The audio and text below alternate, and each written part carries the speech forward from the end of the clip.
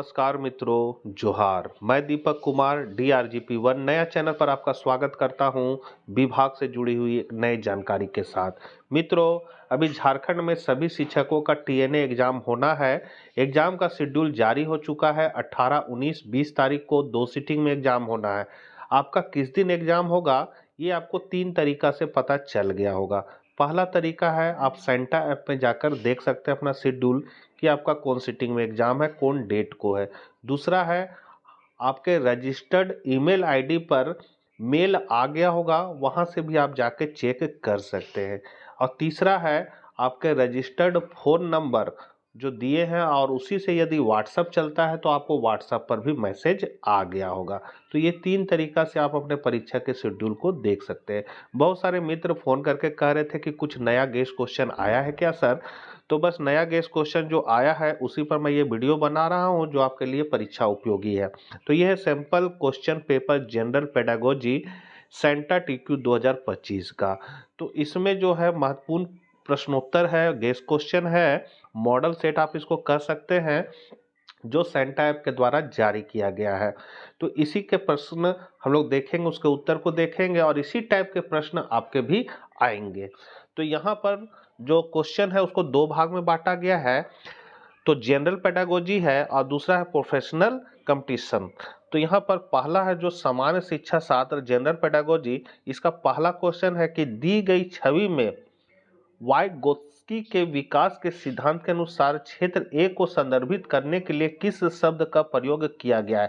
क्षेत्र ए, मतलब यहाँ पर जो दिया हुआ है ए, तो इसमें लिखा हुआ मैं मदर से क्या सीख सकता हूँ ए, और बी सी में दिया हुआ है मैं स्वयं क्या सीख सकता हूँ, और आर में यहाँ पर आप देख सकते हैं आर में दिया हुआ है क्या, मेरी पहुंच से परे क्या है, आर में दिया है। अब यहाँ जो आपका ऑप्शन में दिया हुआ है 4 ऑप्शन है, अनसीखा क्षेत्र ए में दिया हुआ है, बी में है संभावित महारत का क्षेत्र, सी है समीपस्थ समीपस्थ विकास का क्षेत्र है और प्राप्त विकास का क्षेत्र है। तो यहाँ पर जो है आपका ए वाला जो है ए के समीप एक और क्षेत्र है, 2 क्षेत्र है। तो यहाँ पर जो है करेक्ट आंसर जो हो जाएगा वो हो जाएगा सी, समीपस्थ विकास का क्षेत्र।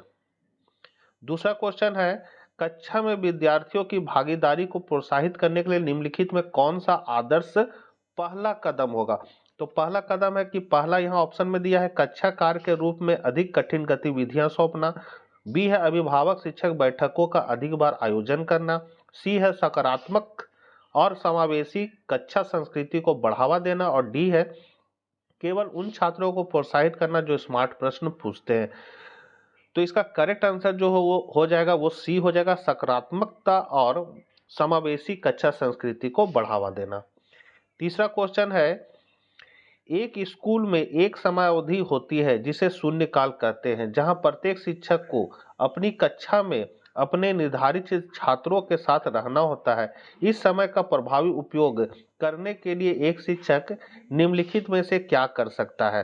तो यहाँ पहला दिया हुआ है कि छात्रों के साथ गतिविधियां आयोजित करना, दूसरा विद्यार्थियों को गतिविधियां सुझाने की अनुमति देकर दिन की योजना पर चर्चा करें, सी है छात्रों को अपना लंबित गृह कार्य पूरा करने के लिए समय देना, और चौथा है छोटे छोटे चिंतनशील कार्य सौंपना और उसके बाद उन पर चर्चा करना।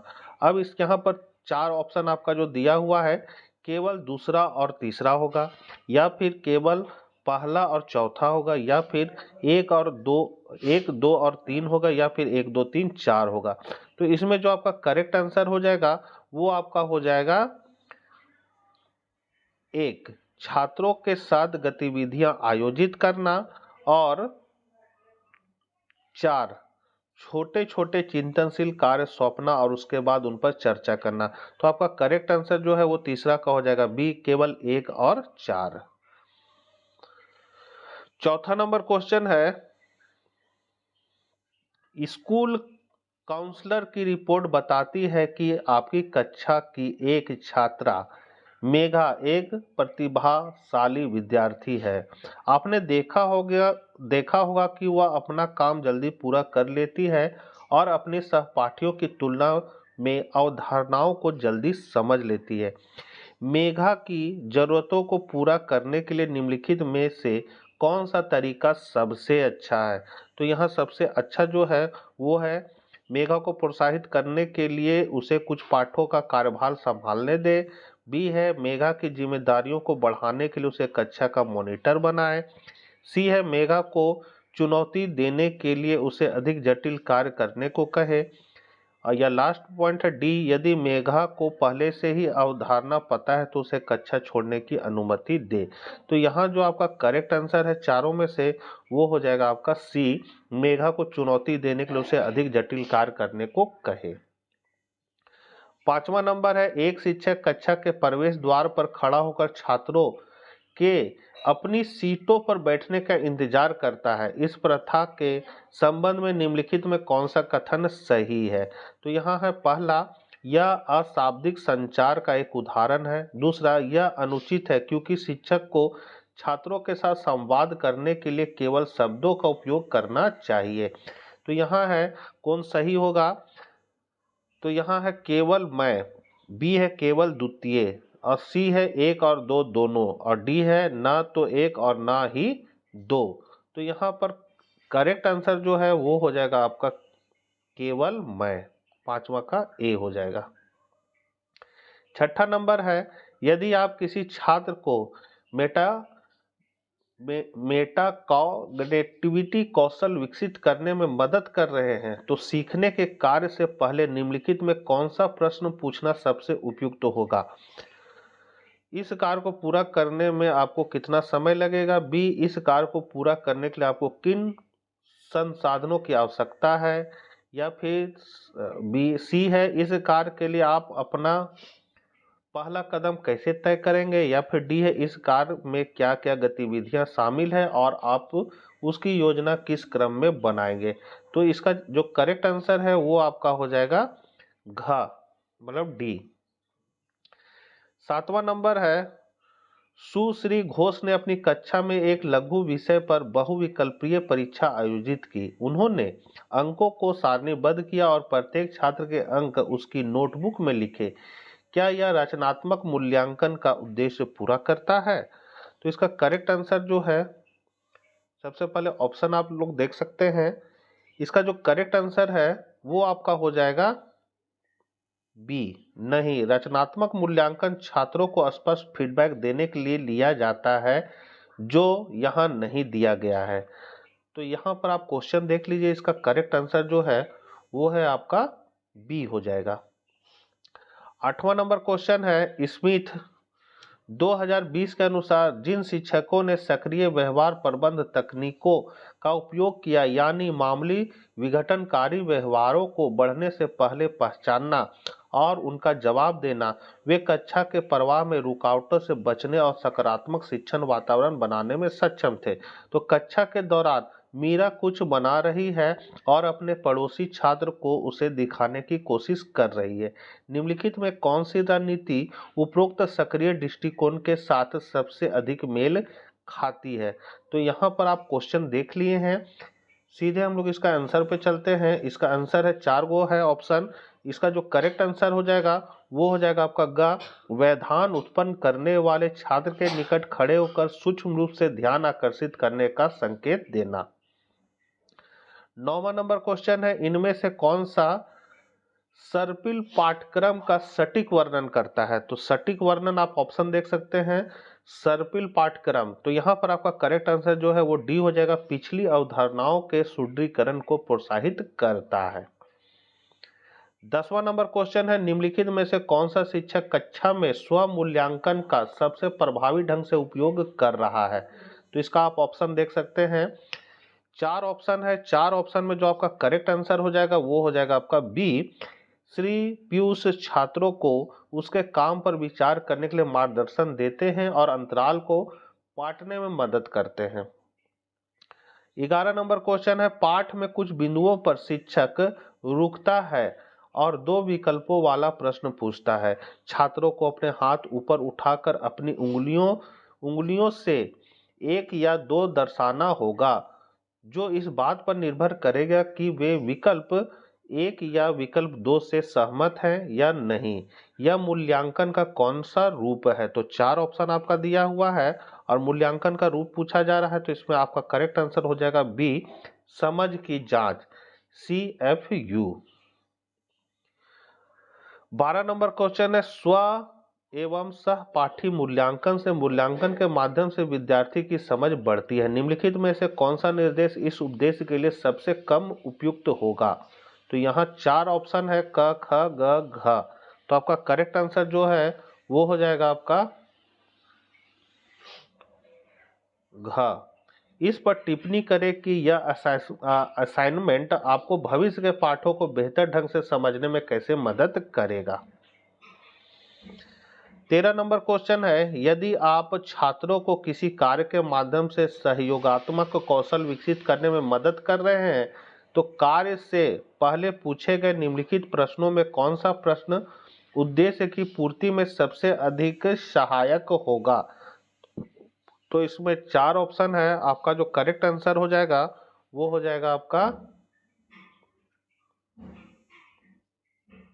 सी, मतलब ग। यदि आपका साथी आपके दृष्टिकोण से सहमत नहीं है तो आप क्या करेंगे। 14 नंबर है, निम्नलिखित में कौन सी स्थिति पाठ योजना के हुक का वर्णन करती है। तो हुक का वर्णन करती है, तो इसमें आपका करेक्ट आंसर जो है वो आपका हो जाएगा ए, सुश्री भानु खाद्य पदार्थों पर एक पाठ पढ़ाने जा रही है और वह छात्रों से उसके पसंदीदा व्यंजन का चित्र बनाने को कहती है। 15 नंबर क्वेश्चन है, निम्नलिखित में कौन सा विभेदित शिक्षण का प्रासंगिक उदाहरण है। तो इसका करेक्ट आंसर हो जाएगा आपका बी, छात्र अपनी क्षमता रुचि के आधार पर परियोजनाएं बना रहे हैं। 16 नंबर क्वेश्चन है, किस प्रकार के विषय को पढ़ाने के लिए अनुकूली शिक्षण सॉफ्टवेयर सबसे अधिक उपयोगी है। तो चार ऑप्शन है आपका, चारों ऑप्शन में सबसे करेक्ट आंसर जो है वो डी हो जाएगा, जहां कहीं अवधारणाएं एक दूसरे पर आधारित होती है। ऑप्शन आप देख लीजिएगा, सीधे हम लोग आंसर ही देख रहे हैं। 17 नंबर क्वेश्चन है, निम्नलिखित में कौन सा प्रोजेक्ट आधारित शिक्षण का सबसे कम प्रासंगिक उदाहरण है। तो यहाँ चार ऑप्शन है आपका, चार ऑप्शन में जो करेक्ट आंसर हो जाएगा वो हो जाएगा आपका ए, डिजाइन मैनुअल को देखकर कार के प्रोटोटाइप को इकट्ठा करने के लिए समूहों में काम करना। तो 17 का हो जाएगा। 18 नंबर है, श्री पवन अपने विद्यार्थियों को विचार उत्पन्न करने और विकसित करने का तरीका सिखाना चाहते हैं। निम्नलिखित में कौन सा ग्राफिक आयोजक इस उद्देश्य के लिए सबसे उपयुक्त है। तो सबसे उपयुक्त जो है वो हो जाएगा आपका माइंड मैप। करेक्ट आंसर हो जाएगा सी, माइंड मैप। 19 नंबर है, मूल्यांकन विभिन्न उद्देश्यों की पूर्ति करते हैं। निम्नलिखित में कौन सा मूल्यांकन उद्देश्य की दृष्टि से सबसे निकट है। तो सबसे निकट जो है वो चारों ऑप्शन में सबसे करेक्ट आंसर जो हो जाएगा वो हो जाएगा ए, नैदानिक और रचनात्मक। 20 नंबर क्वेश्चन है, निम्नलिखित में कौन सा तत्व आमतौर पर सीखने के रूप में मूल्यांकन में सबसे कम प्रासंगिक है। तो सबसे आत्म मूल्यांकन, सहकर्मी मूल्यांकन, मेटा कॉग्निशन और शिक्षण मूल्यांकन। आपका करेक्ट आंसर जो है वो डी हो जाएगा, शिक्षक मूल्यांकन। ये पहला भाग था। दूसरा भाग है व्यावसायिक दक्षताएं। तो इसमें पहला क्वेश्चन आपका, अतिरिक्त शब्दों का प्रयोग खराब भाषा का एक समान पहलू है। तो यहाँ पर है कि अनावश्यक शब्द या शब्दों वाले वाक्य को पहचाने। तो अनावश्यक शब्दों वाले वाक्य को पहचानना है। तो इसमें चारों ऑप्शन में आपको पहचाना कि रीमा को लोगों से मुक्त उपहार पसंद नहीं है, उसके पिता महंगे आयातित सामानों के व्यापारी हैं, इसके बाद उन्होंने जो कुछ भी किया वह बहुत कम और बहुत देर से किया गया। न्यायाधीश ने वकील से पूछा कि क्या वह कृपया अपनी बात दोहराएगी। तो इसका करेक्ट आंसर जो है वो हो जाएगा आपका ए, रीमा को लोगों से मुक्त उपहार पसंद नहीं है। दूसरा क्वेश्चन है, सभी माध्यमिक विद्यालयों के विषयों में प्रयुक्त होने वाले एक समान विषय को तय करने के लिए शिक्षकों की एक बैठक आयोजित की गई है। विज्ञान शिक्षक श्री जॉन, मुझे लगता है कि प्राकृतिक आपदाएं एक अच्छा विषय होगा। अंग्रेजी शिक्षक श्री अनवर, अच्छा विषय है, मैं आपदाओं के समय मानवीय भावनाओं पर पाठ पढ़ा सकता हूँ। गणित शिक्षिका सुश्री अनीता, मुझे यकीन नहीं है कि यह सभी विषयों के लिए प्रासंगिक हो सकता है, हालांकि शायद मैं इस विषय के माध्यम से सांख्यिकी और संभाव्यता पढ़ा सकती हूँ। बैठक के बाद श्री जॉन ने समन्वयक को बताया कि उन्होंने प्राकृतिक आपदाओं के विषय पर सामूहिक रूप से निर्णय लिया है। तो आपके अनुसार चर्चा में कौन सा सहयोग कर रहा था? श्री जॉन और श्री अनवर और सुश्री अनीता, या फिर श्री जॉन, श्री अनवर और सुश्री अनीता? तो यहाँ चारों सहयोग कर रहे थे। आपका करेक्ट आंसर जो है वो डी हो जाएगा। तीसरा नंबर क्वेश्चन है, आपके स्कूल में एक नया शिक्षक आया है और वह आपसे सलाह चाहता है कि अभिभावकों के साथ किस प्रकार बेहतर ढंग से संवाद किया जाए। तो निम्नलिखित में कौन सी सलाह आप उसे सबसे उपयुक्त दे सकते हैं? यहाँ पर सलाह दिया हुआ है, तो यहाँ पर आपका जो करेक्ट आंसर है वो क्या हो जाएगा? तो यहाँ चार ऑप्शन दिया हुआ है, चारों ऑप्शन को आप देख लीजिए।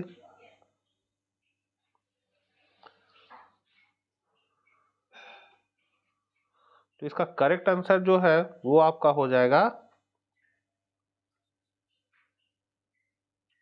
का। आपको सत्र की शुरुआत में ही माता पिता से बात करनी चाहिए। इस तरह आप रिश्ते को एक अनौपचारिक लेकिन मजबूत शुरुआत दे सकते हैं, क्योंकि आपका कोई खास एजेंडा नहीं होता है। तो तीसरा का ए हो जाएगा। चौथा नंबर है, स्कूल के कुछ छात्रों का चयन एक सांस्कृतिक कार्यक्रम के लिए हुआ है और उन्हें एक हफ्ते तक स्कूल के बाद कुछ घंटों के लिए अभ्यास के लिए रुकना होगा। यह जानकारी उनके अभिभावकों को दे दी जानी चाहिए ताकि उन्हें उचित समय पर ले जाया जा सके। तो निम्नलिखित में कौन सा तरीका माता पिता तक संदेश पहुंचाने का सबसे सटीक और स्पष्ट तरीका है? तो इसका जो करेक्ट आंसर है वो पहले आप ऑप्शन देख लीजिए पूरा।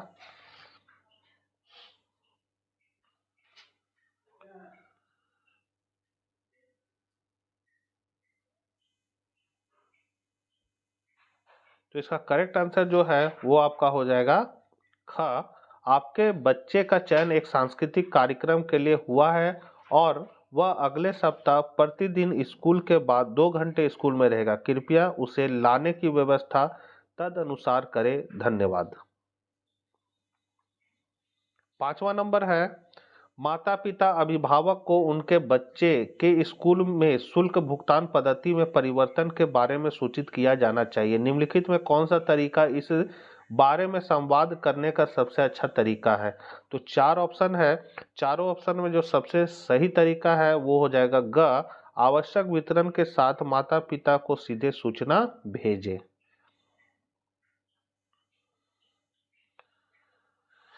छठा नंबर है, हाल ही में प्रकाशित एक शोध पत्र में एबोनी ब्रेडवेल मेसेल ने यह जानने की कोशिश की कि स्कूल प्रधानाचार्यों के सामने निर्णय लेते समय संदर्भ कितना मायने रखता है। उन्होंने दो अलग अलग तरीकों की जांच की जिससे प्रधानाचार्य किसी गंभीर समस्या को प्रस्तुत कर सकते हैं। राजनीतिक रूप से जो प्रभाव या शक्ति से संबंधित हो, या रणनीतिक रूप से जो प्रदर्शन और संसाधनों से संबंधित हो।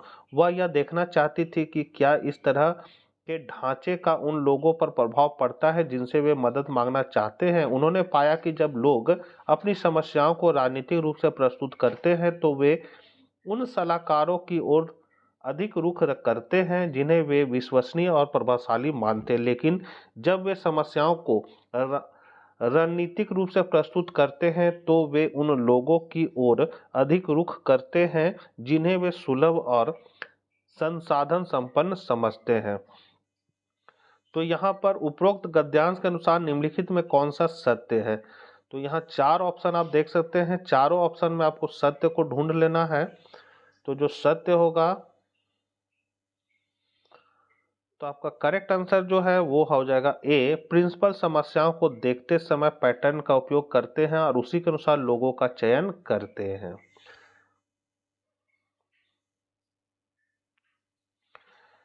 7वां नंबर है, नीचे शिक्षिका सुश्री वर्षा और उसकी छात्रा सुप्रिया के बीच हुई बातचीत का एक अंश दिया गया है।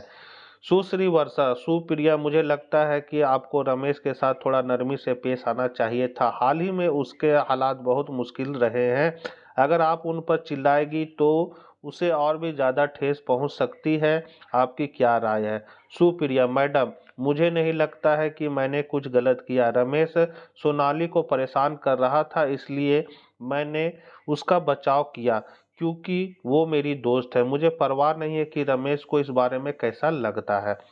सुश्री वर्षा, मैं समझती हूँ कि आपको अपने दोस्त का परेशान होना पसंद नहीं आया, फिर भी मैं चाहती हूँ कि आप पूरी स्थिति को ध्यान से देखें। आपको क्या लगता है कि इस तरह प्रतिक्रिया देने से आपको क्या हासिल हुआ?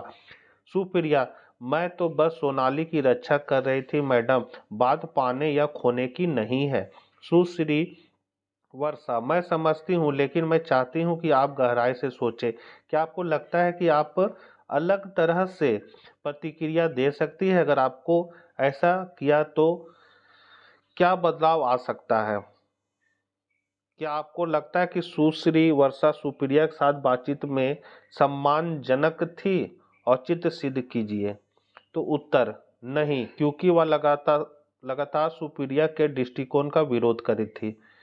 बी है हाँ, क्योंकि वह सुप्रिया को सांत्वना दे रही थी, उसकी बात से सहमत थी। तो इसका जो करेक्ट आंसर आप ऑप्शन देख लीजिए। ये ए ऑप्शन है, ये बी है, ये सी है, डी है। इसका करेक्ट आंसर जो है वो डी हो जाएगा आपका। हाँ, क्योंकि वह धैर्य रख रही है और ऐसी भाषा का प्रयोग कर रही है जिससे लगता है कि वह सुप्रिया की भावनाओं को समझ रही है। 8वां नंबर है, एक शिक्षिका अपनी कक्षा के लिए एक संघर्षशील छात्र के बारे में प्रधानाचार्य को सूचित करना चाहती है। निम्नलिखित में कौन सा इस चिंता को व्यक्त करने का व्याकरणिक रूप से सही तरीका है? तो यहाँ पर आपका करेक्ट आंसर चारों ऑप्शन में से हो जाएगा ए। यह छात्र पाठ्यक्रम का सम्मान करने में सक्षम नहीं है। यह छात्र पाठ्यक्रम का सामना करने में सक्षम नहीं है। 9वां नंबर क्वेश्चन है, निम्नलिखित में कौन सा शिक्षक द्वारा छात्र अधिगम को बढ़ाने के लिए मौखिक संचार में स्व उच्चारण का उपयोग करने का सबसे अच्छा उदाहरण है? तो इसमें चार ऑप्शन में आपका करेक्ट आंसर जो है वो हो जाएगा सी। सी है सुश्री नीथू जब किसी पाठ में विराम चिन्ह का प्रयोग करती है तो वे विराम और भाव का प्रयोग करती है। और इसका लास्ट क्वेश्चन है, आपकी कक्षा के एक छात्र को कई दिनों से अव्यवस्थित और घिसी पिटी स्कूल यूनिफॉर्म में स्कूल भेजा जा रहा है। कक्षा शिक्षक होने के नाते आपको उसके माता पिता को एक नोट लिखना होगा ताकि वे इस बारे में ध्यान दें। नोट स्पष्ट होना चाहिए और साथ ही माता पिता को नाराज या शर्मिंदा नहीं करना चाहिए। तो निम्नलिखित में से आप कौन से नोट्स का चयन करेंगे? यहाँ नोट्स लिखा हुआ है, चार ऑप्शन है, कौन सा नोट्स का चयन करना है?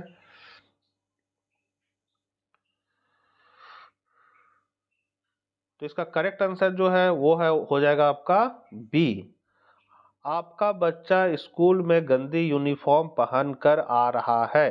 मैं आपसे अनुरोध करता हूं कि इस मामले पर ध्यान दें और स्कूल के स्वास्थ्य एवं स्वच्छता संबंधी दिशा निर्देशों के अनुसार उसे साफ यूनिफॉर्म पहनाकर भेजें।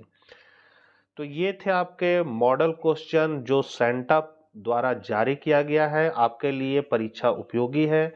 मिलते हैं हम लोग नेक्स्ट वीडियो साथ, तब तक आज्ञा दीजिए। जय हिंद, जय भारत।